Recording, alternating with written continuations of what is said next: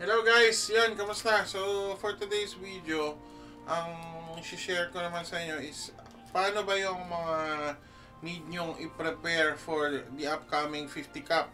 So, meron akong ilang points na pin-prepare na pwedeng makatulong sa inyo or maging guide nyo on the upcoming 50 Cup next 16 days. So, yun. So, una, resource. Ano ba yung mahalagang resource? Unahin natin, gold. So, ngayon, as much as possible, mag-save kayo ng gold. Kasi, ang tingin ko, ang gold is, tataas yung value niya pagdating ng 50 Cup. Kasi, syempre, maraming pag-spendan. Tapos, maraming paggagamitan talaga eh. Kasi, ang DN Classic sa China, abot na rin yung abot na rin yung EX. So siguro paggagastusan din yun. Tapos mga gears, mga equipments, pag hindi pa kayo todo geared, yung mga diamond, iba na diamond dun eh. So mas mahal talaga yung sa 50 Cup. And then yun, gold. Pangalawa is yung DNP. So, as much as possible, mag-save na kayo ng DNP. So, bakit malagay yung DNP? Kasi,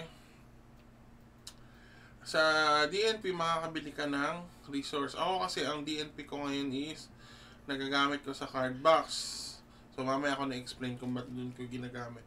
So, DNP, mahalagang mag-save ka kasi magagamit mo siya pambili ng mga diamond for 50 Cup. Paano ba yan? Polish diamond yata yan ang tawag doon. So, yun, magagamit mo siya maigi doon. So, try to save DNP as much as possible. Lalo na kung ano ka pa lang. Kasi, iba-ibang path. So, mamaya explain ko sa gears. So, gold, DNP, ano pa ba ang considered resource? FTG. Yung FTG potion. Saan yan? Ito. Try nyo itong i-save. Ito kasi ginagamit ko pang farm dati ng EOL. Kaya medyo konti lang siya. So ngayon, kung makakabili kayo nito everyday or may darating na reward nito, sabi nyo lang kasi magagamit nyo ito pagpapalevel. Kasi hindi ko pa sure kung aabot yung FTG ng MQ ng 40 to 50. Kasi pagka nakamax ka na, kasi ako nakamax na ako sa quest eh. Sa na ako, Lotus Marsh. So, hindi ko sure kung paano style yan. So, malalaman natin. Kasi pagdating ng 50 Cup, sa release ng 50 Cup, try ko mag-live paano level. So, yung mga gustong palang sumabay, PM nyo lang ako. MQ party tayo sa evening ng 50 Cup. So, October 15. So, yun sa resources. Yun mahalaga. Gold, DNP, FTG. Kasi, yun nga. Feeling ko talaga tataas ang gold sa 50 Cup kasi maraming pag-i-spendan. Tsaka baka maraming players na madagdag. Malay mo, galingan ng DN ng marketing kasi medyo medyo bongix yung marketing ng DNC.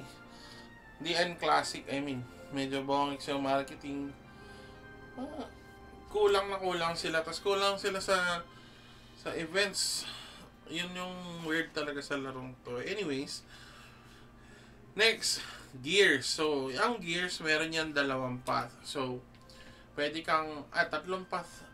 Pwede yata tatlong path. So, una, epic. Ako kasi ngayon is naka-legend na ako. So, wala na ako gagalawin dito. Hanggang GDN. Pagka naka-epic ka, nyari, naka-plus 13 ka na epic set, Manticore or Apocalypse, magpapalit ka to 50. I-convert mo siya to Ancient Totem set, yung 50 set na epic. So, right now, mag-save ka ng jelly. Kasi may mga binibigay na jelly everyday, may nakukuha sa daily, sa DN medyo alanganin ako sa DNP, gamitin yung DNP for jelly. Pero choice niyo yun. Ako kasi, parang, madaming pwede paggamitan yung DNP kaysa sa jelly. Hindi naman kasi 100% sure yung chance sa jelly. So, reminder, pag nag-convert ka ng hindi pala convert. Pag nag-transfer ka ng weapon ng 40 to 50, minus to yun pag epic. So, yun yung keep in mind. So, kunyari, naka plus 12 ka ngayon, plus 10 ka lang sa epic. So, ang ideal, maka-reach ka ng plus 11. Kasi parang ang plus 11 ng epic ay katumbas ng plus 12 yata na 1 star. Hindi ako 100% sure pa. Magagawa tayo ng comparison video niyan pagka nasa 50 cup na para tama yung mabigay nating figures. Pero base sa mga nakikita-kita ko lang sa mga kumakalat na Google Sheet for 50 cup, ayun nga. So parang ang plus 11 is katumbas siya ng plus 12 unique na 1 star. So, pag iniisip mo yun, okay pa din, di ba? Medyo matipid. Medyo mas matipid yun kasi epic. Tapos, makiklear mo na din yung... Kasi, iraran mo pa din naman ng hardcore eh. Pagdating ng SDN hardcore, pagdating ng 50, for sure. Kasi, nandun pa rin yung mga magagandang loot sa accessories pag nakachamba. I think, kasi ang legend grade na accessory, actually, abot siya hanggang hardcore. Itong mga to. Kasi nakikita ko sa mga video sa sa China, yung gamit nilang accessory for GDN hardcore, naka SDN pa rin. Naka SDN pa rin sila. So ibig sabihin, pag nag-upgrade ka to legend grade, yung 40 cap, hanggang 50 cap mo na sa dala. So for sure naman yung legend ring ng legend accessory ng 50 cap, sobrang mahal nun eh. So, ayun. Kasi bababa naman to, I think. Medyo maaga ko lang siya binili. Pero, bababa to, I think, kasi, syempre, pag nag-50 cup, medyo magno-normalize yung price ng accessories. So, yun ang prediction ko lang. Hindi pa rin ako 100% sure. Tapos, yan, speaking of, balik tayo sa gear. So, una is pag naka-epic ka, magpapalit ka to 50 epic, minus to sa enhancement. So, mag-ano ka na lang. Mag-upgrade ka na lang. So, ayun yung isang route. Epic. Next one, unique. Pag naman hindi ka nag-continue to legend, unique ka lang. Kunyari, unique ka na 1 star. Kasi ang hardcore naman nakiklear ng unique na 1 star. Kunyari, damit mo plus 11 na 1 star unique, tapos ang weapon mo plus 12 na 1 star o kaya plus 12 na 2 star. So meron kang dalawang option doon pag unique. Either ituloy mo siya ng legend. Let's say yung dalawang weapon mo, kunyari main weapon mo tsaka secondary weapon, kung naka 2 star na siya, tapos nakaipon ka naman ng hardener kasi assume ko naman nagraran pa rin ng classic, di ba? Para makapag-farm ng hardener kahit medyo mura na. Kunyari, nakaipon ka ng hardener, tapos nakaipon ka ng EOL, I think, unti-untiin mo siyang ituloy rather than mag-convert ka to GDN unique. Kasi, legend grade na weapon ng 40, magagamit mo siya hanggang hardcore. Yun din yung nabalitaan ko sa mga napapanood ko sa China. So, yan. Magagamit mo siya hanggang hardcore, hanggang makapagpalit ka. Kung hindi man hardcore, hanggang classic. Kasi sa classic ka makaka-farm eh. Tapos, parang dun yata may drop ng pang-convert to legend o sa hardcore na. So, hindi pa yun 100% sure kasi eh. Kaya parang nangangapa pala tayo. So ngayon, ang best way kung naka-ano ka, tawag nito, kung naka-unique ka, either ituloy mo siya into legend, or wag mo na siya ituloy, mag-transferor ka to 50. Ano ba ang transferor ng legend?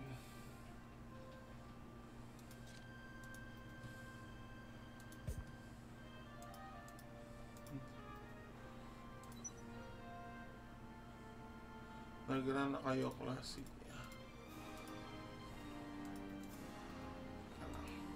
Nangyari, level 40.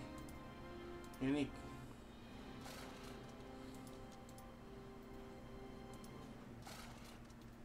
Nakikita niyo naman dito eh. 40 unique to 50. Oh, kunyari, minus 1 lang din siya. Diba? So, okay to. Kasi, pwede mo rin siya ilipat to unique kasi minus 1 lang. So, kunyari, naka plus 12 ka na unique, na 1 star, na 40, lipat mo sa 50, 1 star din. Ay, hindi. Lipat mo siya sa 50 unique, plus ano siya, minus 1 lang. So, kung 12 yan, magiging 11. So, not bad. So, pwede mo rin tong gawin. Pag level 40 na legend, ayan o. Nangyari ako naka plus 13. So, pag tinransfer ko siya to legend, plus 12. So, minus 1 lang. So, hindi ganun kalaki yung mababawa sa'yo. So, good siya. So, yun yung isang way. Either ituloy mo siya to legend kung may resource kang naipon, or i-convert mo na lang siya to 50 unique. So, I think pag naka 50 unique ka naman, makaka-clear ka na din hanggang hardcore eh. Kunyari, naka plus 11 ka na 2 star. Ay, hindi ko pala alam kung may star system sa 50 cap. So,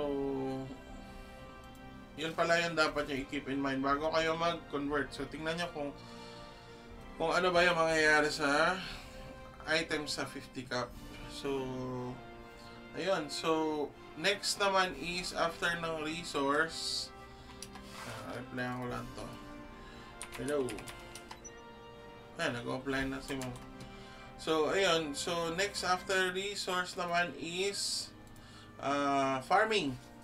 So, saan pa tayo nagpa-farm? Keep on farming the main, main nest. SDN Hardcore, SDN Classic, Autocore, hanggang mag 50 cap farm nyo, hanggang matapos 50, hanggang lumabas 50 cap i-farm nyo pa din. Kasi, yun pa rin yung isa sa mga main resource ng main na pagkukuha na ng gold bukod sa ABN. Kasi limited lang din ang ABN, parang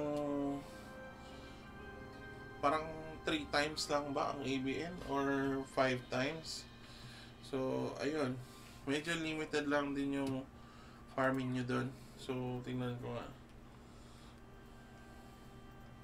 Ayun. Tapos, syempre, kailangan nyo mag-ipon continue gold. Kasi ang usual na papalitan is, ang usual na mga papalitan sa pagdating ng 50 cap is plates. So, ito yung medyo masakit. So, kunyari, ako kasi hindi ako naka-FD plate. Nag-stick lang ako sa Magic Attack. Hindi na ako min-max ng FD kasi late na. So, sa 50 cap, baka hindi ko rin siya gawin kasi masyadong expensive ang FD plate. So, baka mag-opt din ako nitong ganito, Magic Attack. Pero, pagdating pa yun ng 50 cap. So, I think itong mga third stat na trash plate, hindi na to masyado papalitan. Kasi, baka ang level 50 nito ay 72 lang. So, hindi siya ganun kalaki. So, habang nag-iipon pa ng gold, stick muna kayo sa third stat nyo na mura. I mean, third stat na meron kayo sa 40. I think ang kailangan palitan dito is ito, ultimate. Itong magic. Alam ko, kailangan ito palitan kasi mas mataas yung percentage nito. Kasi, pag percentage yung multiplier niya, kunyari ito, naging 12.5 Magic Attack. Laki nun, 2.5% yun. So, kailangan mo siya palitan. Kaya, ako nilagay ko dito, critical lang eh. Kasi ang critical, madaling bawiin sa ibang stats. Yung int kasi, mahirap, mahal na yun, at saka mahirap bawiin yan eh.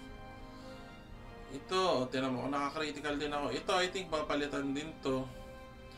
Life width, papalitan din to. And then, health, papalitan din to. Ito pala mapapamahal ako sa health heraldry kasi naka-int. Anyways, ayun. So, yun yung mga major nyo papalitan habang nagpa-progress yung laro. Yung mga third stat nyo, huwag nyo na muna dutin yan kasi sigurado yan. Kunyari, lumabas 50 cap, nakakuha ka ng restraint na may magic attack. Napakamahal yan. Sigurado, baka butin kayo ng ano yan, mga 2K sa isang plate. Eh, matagal naman yun, 1 month naman yun. So, hindi nyo kailangan magmadali dyan. Yun, tapos meron ding ano yan eh, meron ding way para makapag-farm ng plate. So dito sa may guild achievements, ito guild hunt.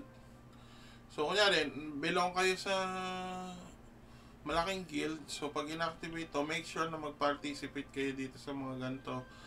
Kasi as much as early, meron kang ano, makukuha ang plate pouch na 50 level 50 cap. So goods yan. Kasi ito mga maliliit na rewards na to, akala mo lang maliit yan, pero pagka napagsama-sama mo yan, mahalaga din yan. Ito din, no, hanggang Korora ma-achieve nyo to. Kasi ito pang min max din to ng stats eh.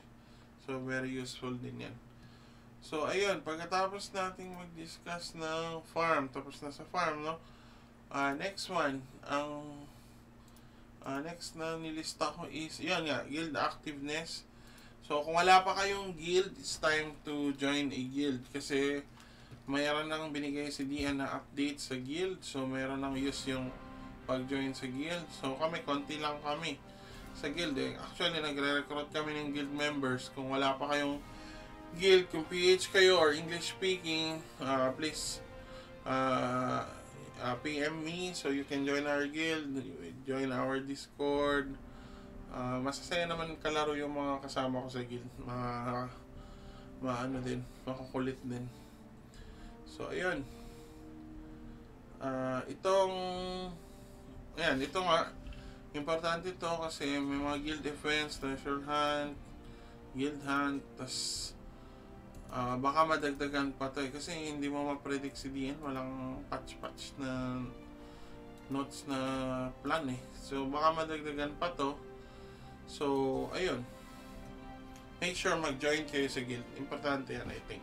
Tas baka magkaroon niya ng, sabi nila parang dati may mga guild war sa 50 cup eh. So hopefully may mga ganong ilabas kasi ano eh, kulang yung events talaga ni DN. So pag may mga ganong events na nilabas, mas mainggan yung maglaro mga players. So yun, guild activeness, yung last, ano pa ba? So I think ayun lang yung mas-share kong tips. So make sure mag-save kayo ng resource, tapos mag-save kayo ng iba-ibang stuff, gold, items, tapos kung hindi nyo ma-maximize yung mga ibang stats, try nyo i-balance out kung saan nyo siya ilalagay. So, ayun, yung another tip, yung card, gaya na sinabi ko sa last video, hindi siya ganun ka-required. Hindi mo required i-max to lahat agad, yung mga required mong stats. So, as much as possible, nga, mag-save kayo ng resource. Pero ako kasi, nagsisave na ako nito ng Crystal of Power kasi medyo madugo to eh, from level 11 to level 50, parang 5,000 pieces yan. So ayan, slowly nagkaka-craft dismantle na ako sa mga accounts ko. So yun lang guys. So yun, pag wala pa kayong guild, try to join our guild. Ping me on my accounts, on YouTube. Pwede natin kayong i-add. Wala namang requirements, no donations, walang ganon. Just ano lang, chill fun run every night. We usually run around 8 p.m. onwards. Usually sa size ng guild namin nakakaran kami ng 6 to 7 hardcore runs. So including alts yun. So kung wala pa yung guild, join us. So yan, if you want this kind of videos, please like and subscribe to my channel. Pag medyo malaki na tayo, try natin gumawa ng community for Dragoness players. Ayun lang. See you on the next. Bye-bye.